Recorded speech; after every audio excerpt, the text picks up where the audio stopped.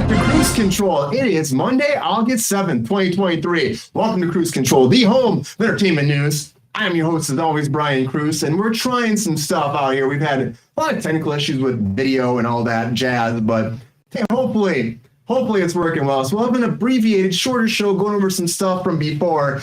And joining me, as always, is the lovely Miss Sabrina Vittori. Sabrina, welcome back to the program. How are you doing today? I'm good. How are you? Good. Hopefully this is going to work right. We'll see, right? I don't know. Are you feeling positive at all? I don't know what I'm feeling, to be perfectly honest. Feeling something, right? I'm feeling something. That's true. I feel like I got a case of the Mondays. I feel like it's going to be a little bit of deja vu in a lot of ways, because some of the stuff like we had to take down because it wasn't working right. So some of those stories there, it's going to be, again, abbreviated. If you're here, thank you for joining us on Kruse Control, and hopefully you're seeing us clear, hearing us clear. And if you can't, let us know in the posts or in the chat, because we're trying stuff out, and it should be good now. That's the hope. That's very much the hope. Speaking of the chat, I cannot find it. You can't find it. Yeah. You want me to come help you? It should just be in comments. Yeah, but it's the whole area's not there. Remember? And you were like, just hit that button. Oh, yeah. Is it like the... Oh, wait. Is this it? Did you find it? Oh, no. Whoopsie. What would you do? I changed the graphic. Now you're next to Saw. Okay. That's not it. My bad. That's why I don't do this job. We're trying a new web browser type deal. We're trying new things. Audio is good, Kevin Kabaki says. Hey, Kevin, it's a funny time you're catching us, because this is not going to be a normal show, but we're still going to be talking for a little bit. Because we've been having all these issues. But welcome to Kruse Control, Kevin. So Sabrina, you can't see it then? No. You want me to come over there for a second? Oh, wait. I think I found it. Did you find it? I thought I found it before, but I think this is actually it. Yay! I found it. Oh, right. It was like in the side, tucked in. And if you're watching, that's what I call some breaking news.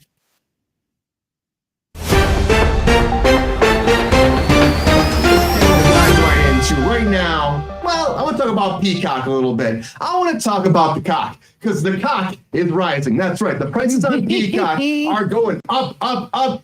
And if you're a Peacock fan, if you have the network, you know right now it's going up $1. So, and it's starting August 17th. So before you know it, it's going up the extra $1. Of course, it's been like $4.99 and moving up to $5.99 now for what they call the premium plan. And if you have the premium plus plan, it's going up $2 actually to $11.99 per month. And why? Well, they're saying to have this great content, we got to be able to have a premium price. So that's why it's all going down. So the Peacock is rising, and doesn't surprise me. It's cheap, so I believe this is going to happen eventually. But as that's happening too, Netflix is actually changing their plans too, and they're getting rid of their basic plan. That's right, Netflix is ending its basic plan, and if you are a member right now, you get to keep it. And now if you're grandfathered in, and if you have it, you can keep it. But if you're going to sign up again, even if you were a member before and you had it, and you want to sign up again, you can't get this plan again. They're taking it away. They're just going to have a 3-platform thing now. So you got that $6.99 standard with ads, $15.49 their standard plan, and then that $19.99 premium plan for 4K and streaming. And of course, that the plan before, the basic, had only one device you were able to stream with ads, or without ads, I should say. But it's gone now. They're getting rid of it because, again, Netflix is just trying to simplify it, make more money too. Because I'm guessing they weren't making as much money.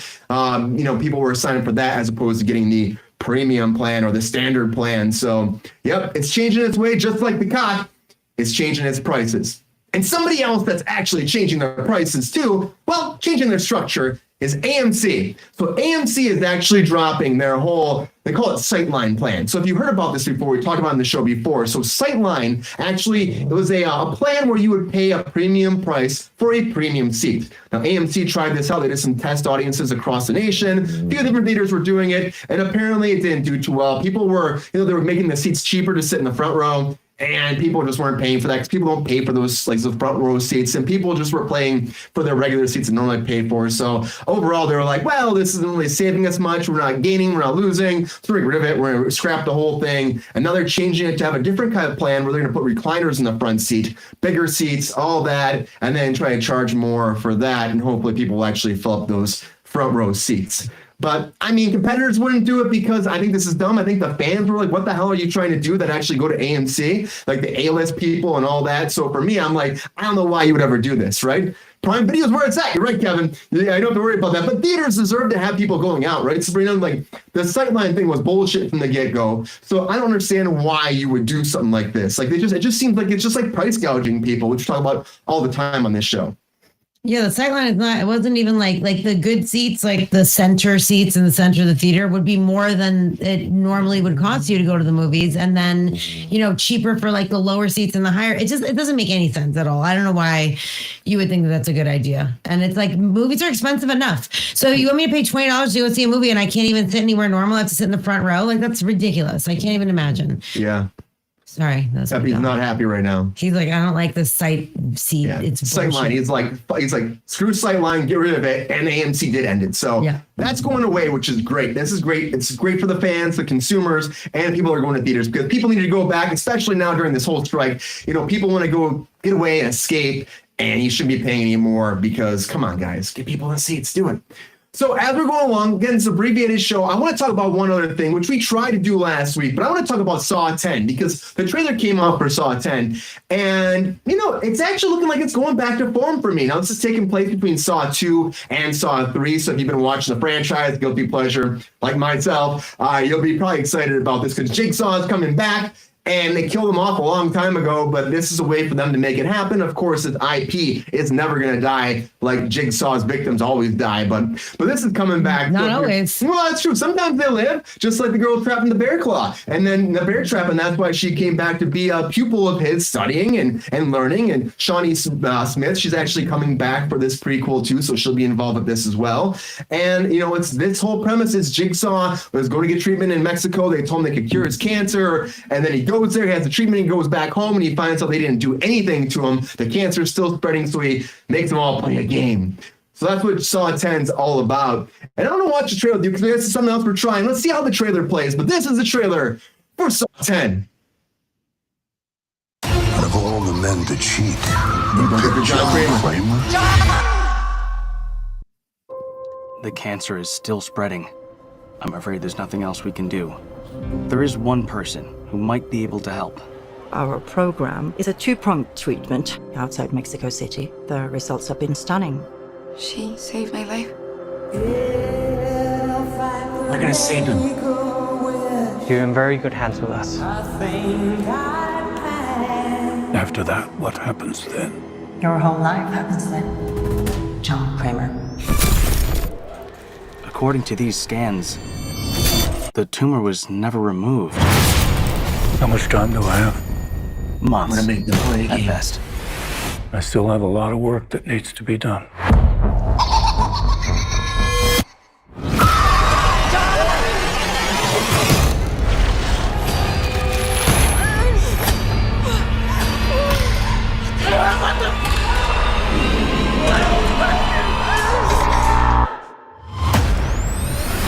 Hello, everyone. No one's going to It's live. time I'm saying it right to now. play No one's a going to live. You all pretended to cure me, but what I have planned for each of you is very real. Peace came upon me. No light, no sound. The only thing I have not provided is your anesthetic. But trust me, you will want to remain alert.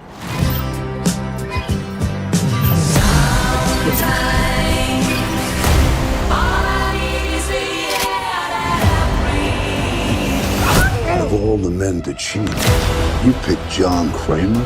Please, don't hesitate. Place a big enough piece of your cerebral tissue into the glass enzyme tank. This will save your life. So sweet, silent don't you see? This is not retribution. It's a reawakening.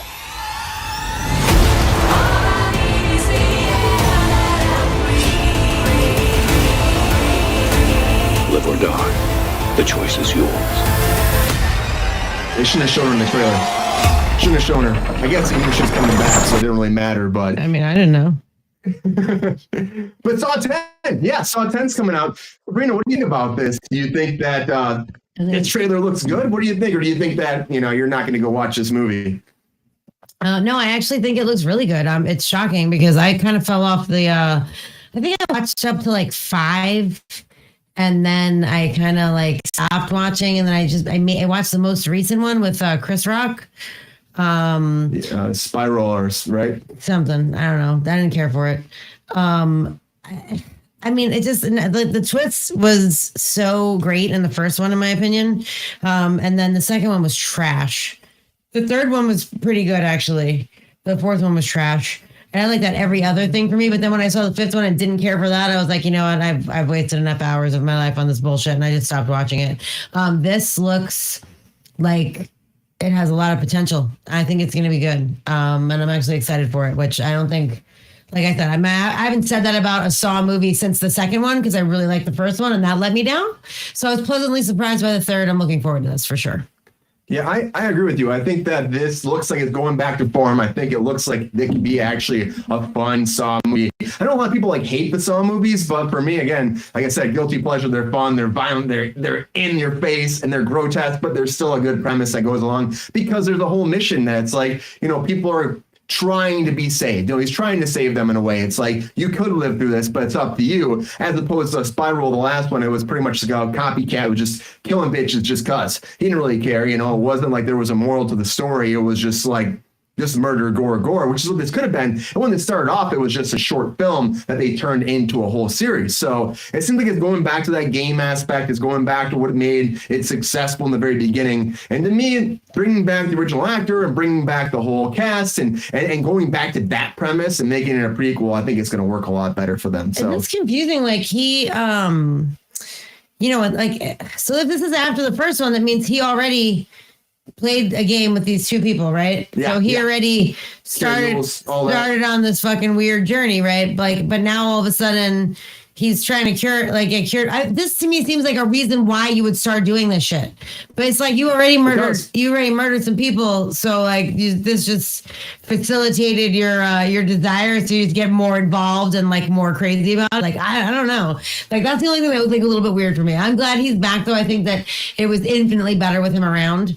I was not a super fan of that girl. When she was him, I was like, this is such bullshit. It was super fucking annoying. So I don't really care that she's in it or not in it. She's not a selling point for me. I'm kind of, whatevs with her, but I'm psyched to see him back. And curious to see, what happened and what happened with those doctors and were they just pretending to save him or did they actually try to save him and it didn't work out and they were like, you're cool, bro. I don't know. I feel like there's an actual story behind it instead of just like you were saying before, gore and murder and nonsense. You know what I mean? And we know that, of course, he's not going to survive. So this is just it's just retribution against these people. So it's a kind of fun idea to come and bring it back around and fill in those gaps. It's much more personal than it normally is. Yes, though, you know what I mean? Much more. Just usually from what we're told, really, it's just people who are kind of, assholes and they're given a chance to live a better life or to fucking die, but so this is deeply personal for him, obviously. And so I feel like there's going to be a level, the stakes are higher for sure. And, to me, it seems like they might have it coming. So, not gonna be too upset when people start fucking up their tests and they wind up dying. Just saying. I'm guessing there's gonna be more. I don't think this is it. I mean, it just seems like they're testing the waters to see if bringing him back will be a good thing for the franchise, rejuvenate it, bring it back to life, and if overall they can have a Saw 15 eventually. I don't know how it wouldn't be. I feel like bringing him back, of course, is gonna be good. Yeah, I think so. And you know what? Somebody else that has to come back for something to work is Ryan Gosling and Greta Gerwig and the whole cast for coming back to Barbie, because without them, can Barbie make a lot of money? I don't know, because Barbie 2 is coming in the pipeline. And that leads me to our featured story of the night.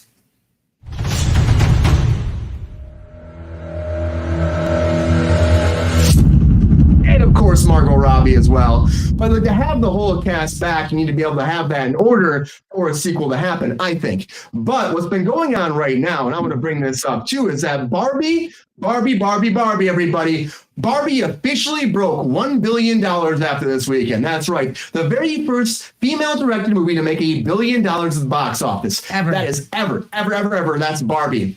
So when people go nuts about this, it makes sense because it's a huge win for HBO. It's a huge, or I should say Max, because that's what it is these days. It's a huge win for them, especially during a strike to make this kind of money. But over the weekend, $53 million domestically it made for a total overall of $459.4 million, plus the 172 international. Overall, $1.03 billion now Barbie has made. And as I said before, Greta Gerwig came out and said that they haven't actually signed on like she has to direct a sequel, and Margot Robbie has it, and Ryan Gosling is kind of floating too. Now we heard that he could be doing that Ken sequel. That's kind of coming down the pipeline. But for this in general, they're not apparently attached at all yet. And Greta's got the, she's got her own stuff moving forward with Chronicles of Narnia on Netflix. She'll be doing that. So will she have time to do a Barbie 2? And I'm going to tell once a Barbie 2 and a 3, they're saying, after how big this is. And of course, Warner Brothers does too. And they're going to try to make these spinoffs happen. Of course, nothing's happening yet. It's not official, but $1 billion is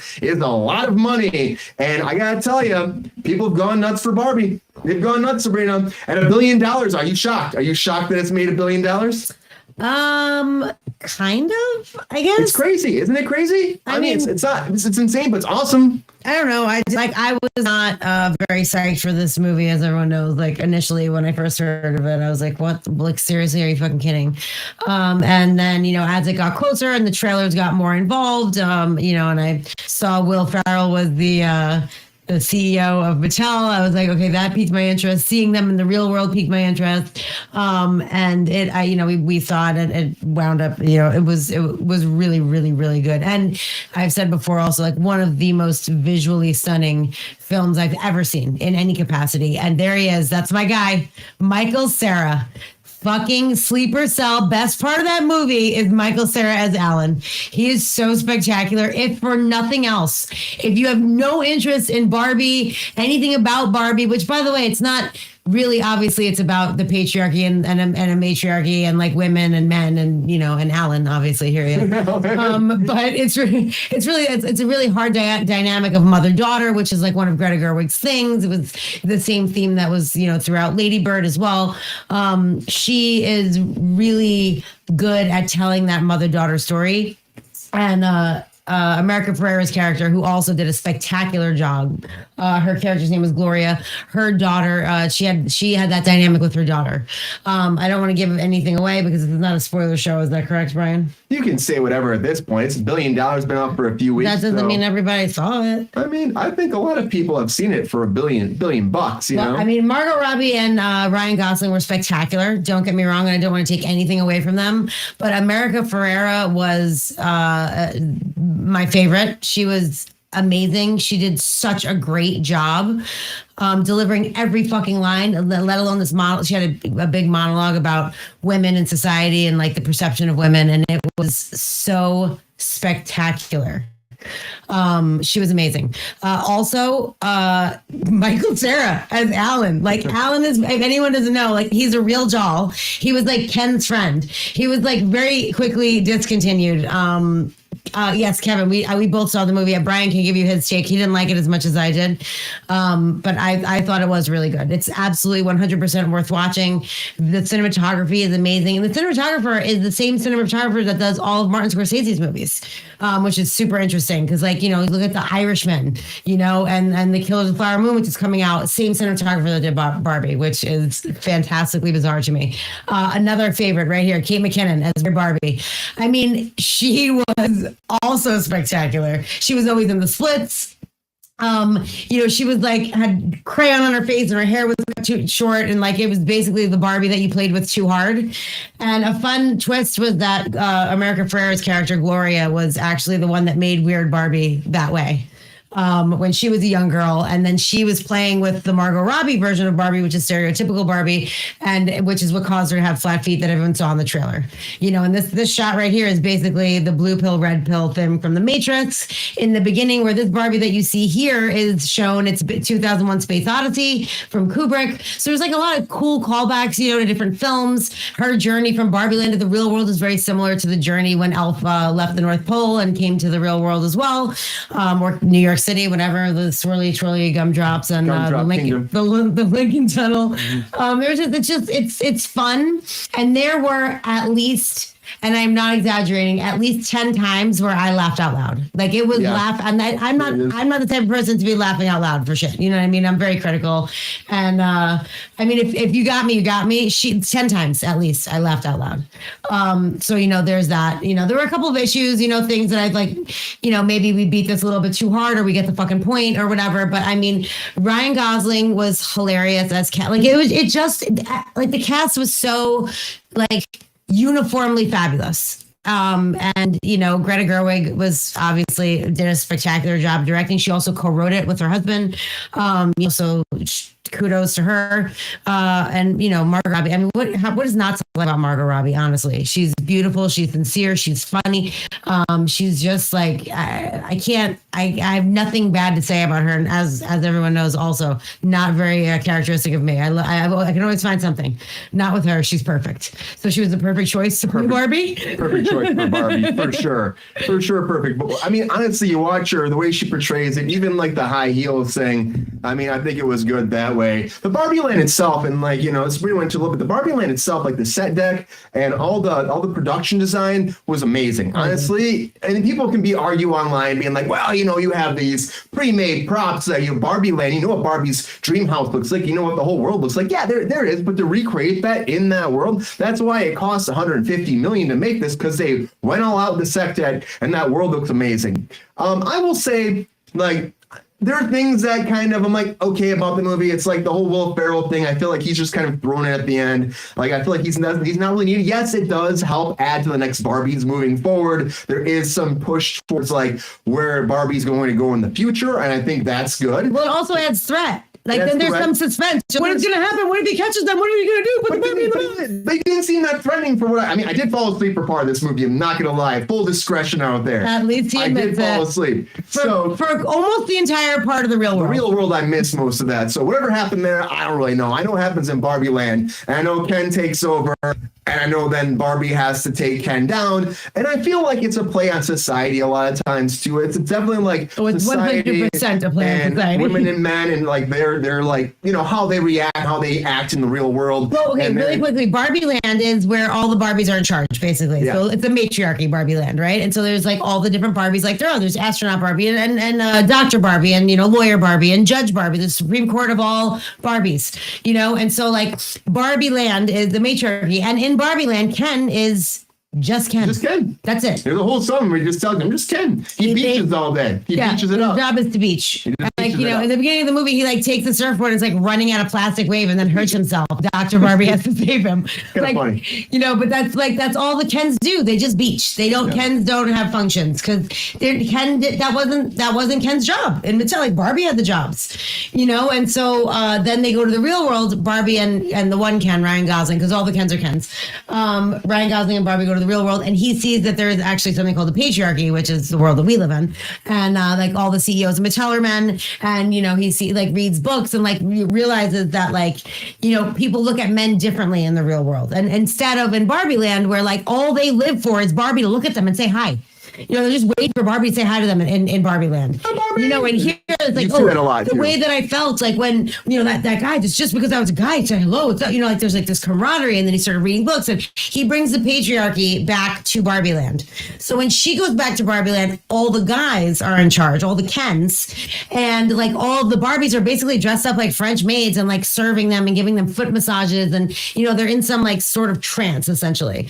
So Brian, back to you. I just wanted to explain that's what you meant by the real world. Yeah, I mean, that's what it just changes, but it's still this weird dichotomy where it's a different kind of idea for. I mean, it's just looking at society. It's looking at societal norms. That's what it is. And at the end, my only thing at the end, I think there's a great inspirational speech at the end, and I think there's a great moments there at the end. But I still wish it would have. And it's it's leading up to there is more to come for this. The idea of the Ken spinoff is coming right now, where Ken could actually find himself better. Yeah, that's what they set it up. The way it ends right now, it's Ken is just kind of I guess I gotta figure out who the fuck I am, because he doesn't really know at the end without Barbie, who is he? But that's dad's also playing off the dolls. It's always like he's an accessory to her, you know? That's kind of how it's been. So now I wish it would have had a little bit more growth for him at the end. That was one of my biggest things. I wish there would have been more growth, but you know, it's setting it up. It's leading for the future. There was growth, so he realizes that his only purpose is not for Barbie to say hi to him, and he has to figure out who he is and what his purpose can be. There is growth, but I would have liked, I don't know, maybe some Kens are on the judicial board at the end. I don't know, but dude, that's not what. But that's not what they're gonna do. That's not what Barbie that's not what they're gonna do,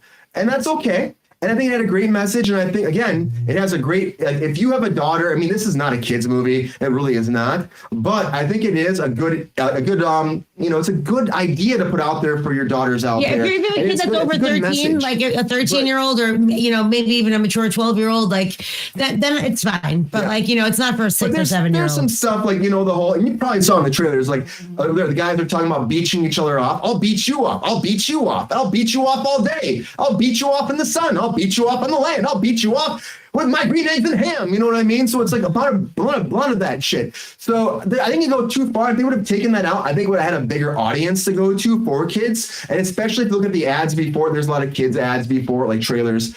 And I think they could have had a bigger audience, but it doesn't really matter. It made $1 billion. I was like, it's a great message. What bigger audience do you need? It made $1 billion, and it's only a couple weeks in. And it makes sense why it did well. If you watch it, it's a lovely movie. It has a lot of good messages to it, and it really showcases. It's funny. And it's funny, and like Michael Cera, like she said, really was sleeper cell. He was great. Like Michael Cera, just hilarious. Like I didn't know he was being here. I didn't know that Anne was a character in the Barbie world. That he's an actual like doll that everyone knows about. But and you see him in there. It's like he just like discontinued him very quickly. It's like the awkward kind of Ken, but not Ken. He's Alan. You know. He's like, hey guys, I'm not. It's Alan. like Skipper. You know, it's like I don't really know much about this world, but again, I went into it. I did fall asleep, but it was after traveling. All day I went and saw this. So I still want to see the rest of the real world stuff because I think that was very interesting and fascinating. Funny. But the Barbie world, they nailed it. I understand why Warner Brothers and Mattel want to ride this train dirty. They want to keep it going. They want to make lots of money because they see the dollar signs with this franchise.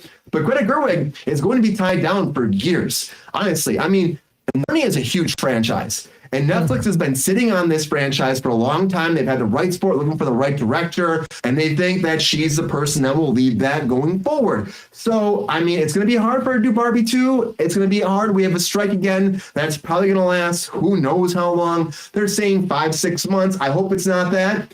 Barbie and Taylor Swift driving the U.S. economy. It's true. That's a real thing. It's that is actually true. It's true. And it's great for theaters. It's awesome for theaters. I mean, the Barbenheimer thing was amazing. The fact they were able to like get stuff, because even Oppenheimer did great. Like a 3-hour plus movie. That's insane to me that about it did the atomic bomb. How boring can it be? Great cast, great director. I mean, honestly, I know Nolan. He's freaking awesome. After working with him, I understand why it did so well.